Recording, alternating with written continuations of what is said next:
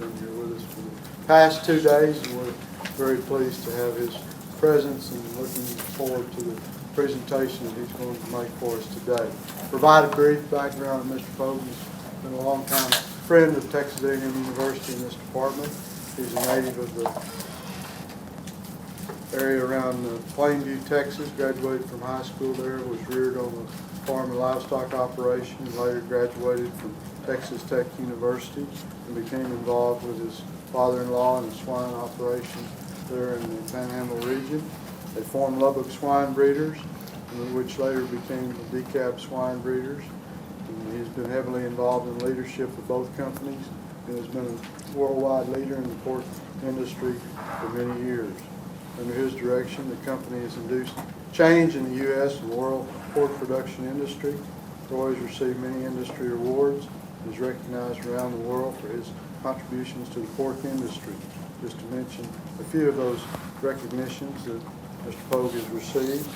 They were among the first to produce hybrid pigs on a commercial basis and to import pigs of Chinese breeds. He was honored as the first Texas Pork All-American, as well as the Texas Master Pork Producer. And he was named by the National Hog Farmer magazine as among the who's who of the past 50 years in the U.S. pork industry. And in 2005, he was inducted into the Texas Pork Hall of Honor, which plaques, as you know, are displayed here in the Clayburgh building on the north side of our atrium. Mr. Poage has interacted with numerous faculty here in the Department of Animal Science throughout the years, including Dr. T.D. Tanksley and Dr. Darrell Canavy. His company provided entry-level employment and training for many college graduates through the years.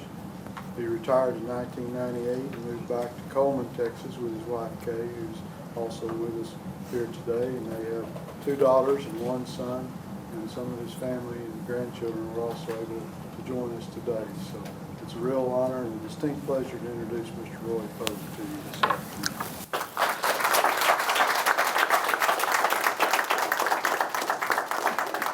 Well, thank you very much. It's an honor for me to be here. In fact, I'm surprised I'm here. I retired 14 years ago and moved back to Texas, and I used to make a lot of talks during, it's 39 years on the swine business. I had about 1,000 slides I used for presentations, and when I moved back to Texas, I thought, I'm not going to be talking to anybody about swine anymore, so I left all my slides in Illinois. And about 1.5 years ago, we came down to visit Dr. Fox and his wife, B.J., and David said, well, David Riley's here. He's a professor out at Animal Science. David used to work for us. He worked for us for 10 years in Kansas.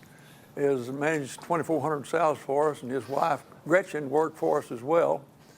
And said, let's go by and talk to him. So we came by to talk to David. And after a little while, he shocked me and he said, Roy, we'd like for you to come down and talk about swine business. I said, you got to be kidding. I said, I've been raising cattle. I don't even know anything about the swine business anymore. Because when we moved back to Texas, we bought a place up close to Coleman, and I bought 20 Brangus cows and got involved with that. And then Coleman is a town of about 5,000. And it's one of the poorest counties in Texas. They have 22% of the people there on food stamps. And I got on the Economic Development Board. I'm Secretary Treasurer and got involved in trying to make Coleman a better place to live. So I quit thinking about the hog business. So I told David, I said, I'll think about it. And so I said, you contact me later and I'll tell you whether I want to do it or not. Well, I got home, I got thinking about it. What in the world would I say that might be significant? And the more I thought about it and started thinking back from the beginning when we got into the hog business and how it all ended up, I thought, there are some things that I could say, not necessarily pertaining to the hog business, but the things that happened to me personally and to the people that work for me and the things that I saw happen. And so when David sent me an email and I said, well, yeah, I'll do it. I did. I said, I don't have any slides. And I emailed some of the former employees and asked them to send me pictures and slides. And so I put together a set of slides here that I want to show you. Oops.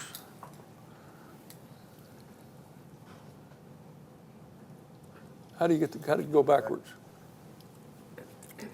There it is. The title is kind of a long title, Impact of the Swine Industry of a 20-sow purebred herd in 1961. It became the nation's leading commercial breeding stock supplier, and we had over 66,000 sows in 1990. And then I'm going to talk about the future of the hog business and U.S. agriculture, and David asked me to speak about that. And then he asked me to talk about what graduates should expect when they go out to look for a job or when they leave the university and go out into the workforce. And so I put together some information on that based on what we looked at. First thing I'm going to talk about is the impact that we had, or that our operation had on the sow industry in the hog industry in the United States. The real important player in this is Yule Liner. He's my father-in-law. Yule grew up in Oklahoma on a livestock farm. His family moved to Lubbock in 1925. And Tech, I think, started in 1924, and he enrolled in Tech and graduated in 1929. And then he became an ag teacher and taught ag for several years. And he was always after that, he always had a few hogs and purebred. He was always involved in the purebred business. And he was, I know some of you met him and know him, he is one of the greatest people that I've ever known. He and I trusted each other. That was one of the secrets of our success, is that we fully trusted each other. In fact, I told somebody asked me one time how Yule and I got along. I said, great. And I said, I'll tell you what, he's not only my father-in-law, but if I ever got put in jail, he'd be the first guy I'd call to get me out. Because we had that kind of close relationship. And this guy said, yeah, he just gets you out because he wants you to come home and do all the work you had to do on the farm. But he really was that kind of person. And when I moved to Illinois, we used to show a lot of pigs in Illinois and in Iowa, and Indiana. And I ran into people that knew him. And they would all come by and say, I know Yule Liner. He's one of the greatest guys I've ever known. He became president of the National Pork Producers. And he was president of the National Pork Producers for a couple of years. So he was a fantastic person. And I'll just say this, is that as far as Lubbock Swine Breeders, is that it could have never happened without both of us. I heard him say that on numerous occasions, and I always felt that way. Neither one of us could have done what we did without the other. It was that kind of partnerships, and I felt very fortunate to have somebody that I had that kind of partnership with. When I came back from the Army, I decided to go to school, and I grew up on a farm. I had 4 brothers that were farming. My dad was farming. And so they said, what are you going to study? And I said, I don't know. And they said, well, don't go to school and study agriculture. You know how to farm. I farmed for 3 years before I went to the Army. Said, you know how to farm. Don't study agriculture. Study something you make some money at. I had a brother in the oil business, so I got a degree in geology and a minor in math. I worked in the oil field 2 summers, and I decided after working in the oil field 2 summers, I did not want to work in the oil industry. I don't care how much money you made. My brother was making a lot of money. I didn't care. I didn't like the culture. I didn't like the atmosphere. And I decided that the summer before Kay and I graduated in August. So I was over to her house one night, and her dad said, what are you going to do when you graduate? And I said, I don't know. I'm going to get back into agriculture some way, but I hadn't decided what I'm going to do yet. He and the ag teacher at Monterey High owned 20 purebred sows. And he said he wants to sell out. And he said, would you like to buy into that? And I said, what in the world we do with 20 sows? And he said, well, we'll go out and we'll buy some land, another place. They were located in the city limits of Lubbock. We'll go out and buy a bigger place, and we'll get into commercial hog production. We'll sell breeding stock to the commercial producers. He said, maybe we get up to 300 sows. Well, I grew up on a livestock farm. I loved animals. My dad bred horses. He bred cows, pigs, and I loved all of that. And I said, I always liked pigs. So I said, you know, we can't make a living on 20 sows. He was working for the Texas Education Agency. So I was needing a job. Somebody told me that they were going to take the census in 1960. This was in 59. They said they need people to work in the census. So I applied. So this guy called me and he said, if you really want to get a good job in the census, you got to go talk to this politician. He was president of the Republican Party in Lubbock County. I went and talked to him and told him I wanted to work, and they said, well, we need somebody to train all the people in 23 counties how to take this census. Now here I am with a geology degree, have no idea how to train all these people. But they said, you don't, that doesn't make any difference. You got to know the right people. And said, are you Republican or Democrat? I said, I didn't even vote in the last election. Well, you're a Republican. And so I got a job as training all those people. And then, and we started, we bought the 20 sows. I bought the 20 sows. We moved out and bought 60 acres of land with this house on it. Nobody lived in that house for 3 years. All the windows were knocked out. There was 6 inches of dirt in it. There were skunks on the house and fleas in it. And Kay and her mother and her sister, I was working, they cleaned that thing out that summer and they painted it. And we moved into it. That's one of the best things we ever did. We lived in the house 7 years. We didn't have any rent. It didn't have any central heat, so we didn't have any utility cost. And we had a water well. So we saved a lot of money living in that house. So that was, we had a lot of fond memories. And that was on the hog farm. That's where we started. So with those 20 sows, we built a building and we moved them all inside. They'd been outside. We moved these sows inside. And all of a sudden, we started having all these disease problems. They had diseases, but we didn't realize how they had diseases till we put them in confinement. And we put them in this building, and we couldn't sell that as breeding stock. And so we said, well, this is not going to work, and we got to do something different.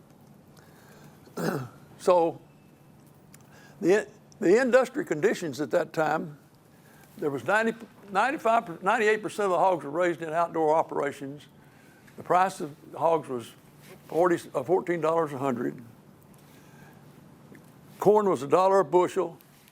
There was over 1.8 million hog farms. Average size of the farm was 50 head. Average number of pigs per sow was 11. Per capita consumption of pork was 20, and we had large type market hogs. So now how are we going to make a living? How are we going to make any money in this kind of situation? Well, we found out about this is where they were raising hogs. These outdoor operations, that's what it was. When you go out to feed those hogs, you'd have to carry 5-gallon buckets and wade through that mud, and you had troughs you try to pour the feed in while the hogs were trying to get to the trough and knock you down. I said, man, this is a terrible way to make a living. We got to do something different. That was the kind of hogs we had back in those days. And our personal goals then was to stop carrying those feed buckets and put self-feeders and waters in confinement, get the pigs out of the mud and the dirt, and have a good environment for pigs to be born and raised, and reduce our labor cost, and have better working environments for the caretakers, and sell highly productive breeding stock to commercial hog producers at a profit.